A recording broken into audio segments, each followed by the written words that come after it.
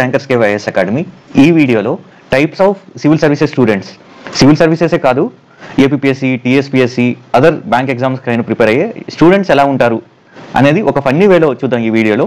ఇది సీరియస్ కోసం చేసింది కాదు, ఇది జస్ట్ నవ్వుకోవడం కోసం చేసిన వీడియో. సో ఎవరి సెంటిమెంట్స్ అయినా హట్ అయితే ముందుగానే క్షమాపణలు కోరుతున్నాం. Just for entertainment we made this video. ముందుగా మనం బోయిపాటి లెవెల్లో బాబు రెడీ బాబు అనుకొని స్టార్ట్ చేద్దాం. ఇక మొదలెడదామా మన మెయిన్ పిక్చర్ ఏందో. ముందుగా ఎవరైనా ప్రిపరేషన్ స్టార్ట్ చేసేటప్పుడు చాలా వరకు ఇన్నోసెంట్గా ఉంటారు. వాళ్ళకి ఐఏఎస్ అయిపోదామని కల ఉంటుంది, ఆర్డీఓ, తహసీల్దార్, ఇలా పెద్ద పెద్ద డ్రీమ్స్ పెట్టుకొని వస్తారు. వాళ్ళు యూట్యూబ్లో మెంటర్స్, మోటివేషనల్ స్పీకర్స్, ర్యాంకర్స్ వీళ్ళందరూ మాటలు వినేస్తారు. నేను ఈ మధ్యన గమనించింది అంటే చాలా మంది చాలా అమాయకంగా నైవ్గా ఉంటారు. వాళ్ళు డిగ్రీ అయిపోయిన వెంటనే వాళ్ళు ఏమనుకుంటారంటే నేను ఎన్సీఆర్టీ చదివితే సరిపోద్ది కదా అని అమాయకంగా ఉంటారు.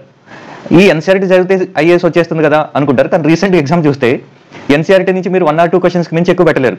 బట్ చాలా ఇన్నోసెంట్గా అదే నమ్మేస్తుంటారు. ఇంకేమైనా అడిగితే ఎన్సీఆర్టీ కాకుండా అంటే మాకు పెద్దగా తెలియదండి అన్న ఆన్సర్ వస్తుంది. వీళ్ళు ఒక టైప్ ఆఫ్ స్టూడెంట్. ఇంకొక టైప్ ఆఫ్ స్టూడెంట్స్ ఏంటంటే వీళ్ళు కలెక్టర్ అవుదాం అనుకొని వస్తారు. కానీ అశోక్ నగర్, ఓల్డ్ రాజేంద్ర నగర్ ఇక్కడికి వచ్చి బుక్ కలెక్టర్ అవుతారు. కనిపించిన బుక్స్ అన్ని కూడా కొనేస్తుంటారు. టెలిగ్రామ్ నుంచి అన్ని మెటీరియల్ డౌన్లోడ్ చేస్తుంటారు. కానీ అవి పెద్దగా ఓపెన్ చేయరు అనుకోండి, అది రెండో విషయం. కొనండ్రా బుక్, కొనండ్రా ఈ బుక్ అన్నట్టు కొంటూనే ఉంటారు. మొత్తం బుక్స్ అన్ని కూడా వాళ్ళు ముందు పెట్టుకుంటారు. రూమ్ మొత్తం బుక్స్తో నింపేస్తారు.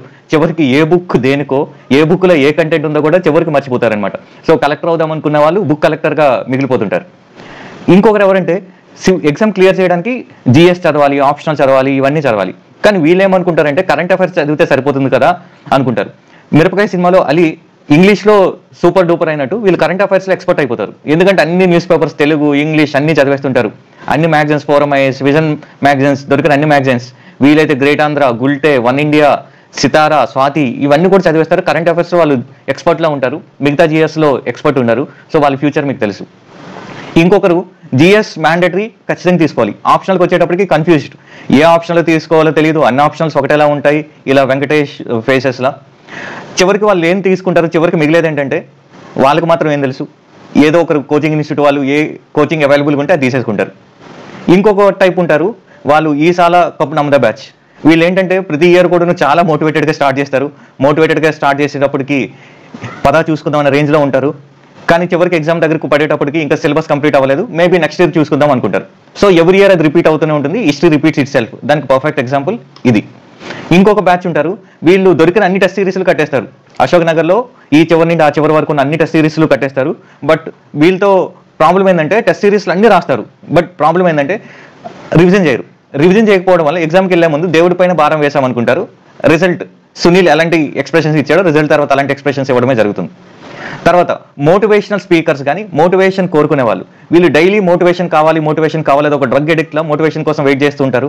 యూట్యూబ్లో దొరికిన అన్ని వీడియోస్ చూస్తుంటారు, టాపర్స్ వీడియో చూస్తుంటారు, ఫ్యాకల్టీ వీడియోస్ చూస్తుంటారు. కంటిన్యూస్గా వీళ్ళకి మోటివేషన్ కావాల్సి ఉంటుంది.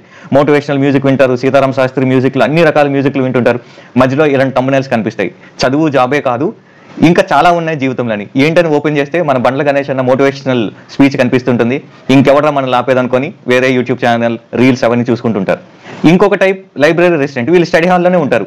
మార్నింగ్ 5కి కోడి కూర్చుని వాళ్ళకే స్టడీ హాల్లోనే ఉంటారు, అక్కడే నిద్రపోతుంటారు.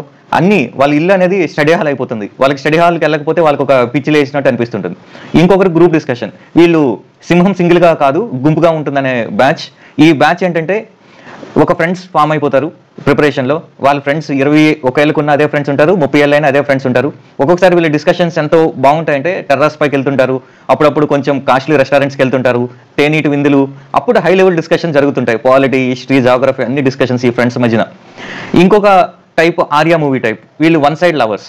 వీళ్ళు కోచింగ్ ఇండస్ట్రీకి వచ్చినప్పుడు ఎవరైనా ఒక అమ్మాయిని స్టడీ హాల్లోనో, కోచింగ్ ఇన్స్టిట్యూట్లోనో, ఎదురింట్లోనో, పక్కింట్లోనో చూస్తుంటారు. వీళ్ళు అమ్మాయికి తెలియకుండా ఫాలో అవుతుంటారు. ఎక్కడో వీధి చివరిని ఇలా కనిపిస్తే ఒక అమ్మాయి చూస్తే ఇంకా ఆనందపడిపోతుంటారు. చివరికి వీళ్ళు ఫ్యూచర్ ఏమవుద్దో, ఒక్కొక్కసారి ప్రేమిస్తే భరత్లా కూడా అయిపోతుంటారు, అది వేరే విషయం.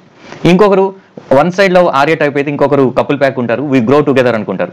వీళ్ళు నువ్వు నేను కలిసి ప్రిపేర్ అవుదాం అనుకుంటారు, స్టడీ హాల్కి వెళ్తుంటారు. ఒక్కొక్కసారి స్టడీ హాల్ కాకుండా ఇలా పార్కులో కూడా చదివేస్తుంటారు, చాలా ఎక్కువ చదువుతుంటారు పార్కుల్లో. అప్పుడు వాళ్ళ చిత్రాలు ఏమవుతుంటాయో మీకు తెలుసు, నాకు తెలుసు. Fitness freak. వీళ్ళు అశోక్ నగర్కి వచ్చి మెంటల్గా ఎంత స్ట్రాంగ్ ఉండాలో ఫిట్నెస్ పరంగా అంతే స్ట్రాంగ్ ఉండాలి. పదండ్రా జిమ్కి అంటారు. జిమ్కి వెళ్ళినాక మంచిగా బాడీ షేప్ వస్తుంది, అమ్మాయిలు చూస్తారు, భలే ఉన్నాడు అనుకుంటారు. వాళ్ళకి ర్యాంక్ రాకపోయినా మంచిగా లైఫ్ సెట్ అవుద్ది. ఇంకొకరు ఓవర్ ప్లానర్. వీళ్ళు నాన్నకు ప్రేమతోలో ఎన్టీఆర్ చెప్పినట్టు వీళ్ళు ప్రతి నిమిషాన్ని, సెకండ్స్ని కూడా ప్లాన్ చేస్తుంటారు.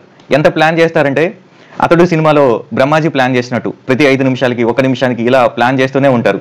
ఈ గోడలన్నింటినీ స్టిక్కర్లు అతికించేస్తుంటారు, మ్యాప్లు అతికించేస్తుంటారు, అన్ని ప్లాన్లు ఉంటాయి. చివరికి ఏమవుద్దంటే నాకేం తెలుసు, వాళ్ళకి తెలియదు ఏమవుద్దో, ఎందుకంటే ఆ ప్లాన్స్ 90% ఇంప్లిమెంట్ చేయరు. ఇంకా రాత్రిపూట ఉదయించే సూర్యుడు, వీళ్ళు పగటిపూట పడుకుంటారు, రాత్రిపూట చదువుతుంటారు. ఎందుకంటే ఏఆర్ రెహమాన్, సీతారాం శాస్త్రి ఇలాంటి క్రియేటివ్ జీనియస్లు అందరూ కూడా రాత్రిపూట చాలా క్రియేటివ్గా ఉంటారని వీళ్ళు బలంగా నమ్ముతారు. వాళ్ళు ఎంత రాత్రిపూట నేర్చుకుంటారో తెలియదు, కానీ పగలపూట వాళ్ళని చూస్తే మాత్రం ఇలా కనిపిస్తుంటారు. నెక్స్ట్ చాయ్ పే చర్చ. ఈ చాయ్ తాగుతూ ఫిలాసఫీ మాట్లాడే వాళ్ళు, అలాంటి వాళ్ళ నేను కూడా ఒకరిని. మాటికి ఒక అరగంట చదివితే పావుగంట టీ తాగడానికి టైం స్పెండ్ చేస్తుంటాం. ఏమంటే టీ షాప్లో ఎక్కువసేపు గడుపుతుంటాం. అక్కడే ఇంకా బాతా కానీ సోదంటూ కూడా టీతో పాటు ఒక సమోసానో ఒక బజ్జీనో తింటూ ఏదో ఒక ఫిలాసఫర్, సోక్రటీస్, అరిస్టాటిల్ రేంజ్లో డిస్కషన్స్ పెడుతుంటాం. ఇంకొకరు అయ్యారు పాలిటీ లవర్. వీళ్ళు పాలిటిక్స్ ఇంట్రెస్ట్ ఉంటుంది, ఇంటర్నేషనల్ రిలేషన్స్ ఎక్కువ ఉంటాయి. మిగతా వాటన్నిటితో పోలిస్తే వీళ్ళకి వీటి మీద ఇంట్రెస్ట్ ఉంటుంది. మన కేఏ పాల్ గారిలా ఒక 100+ కంట్రీస్ గురించి వీళ్ళకి తెలుసుంటాయి. వాళ్ళ ప్రెసిడెంట్స్ ఎవరు, వాళ్ళ డొమెస్టిక్ అఫైర్స్ ఏంటి, వాటన్నిటి గురించి తెలుసుంటాయి.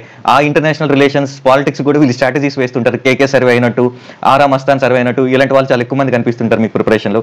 ఇంకొకరు ఓవర్ థింకర్.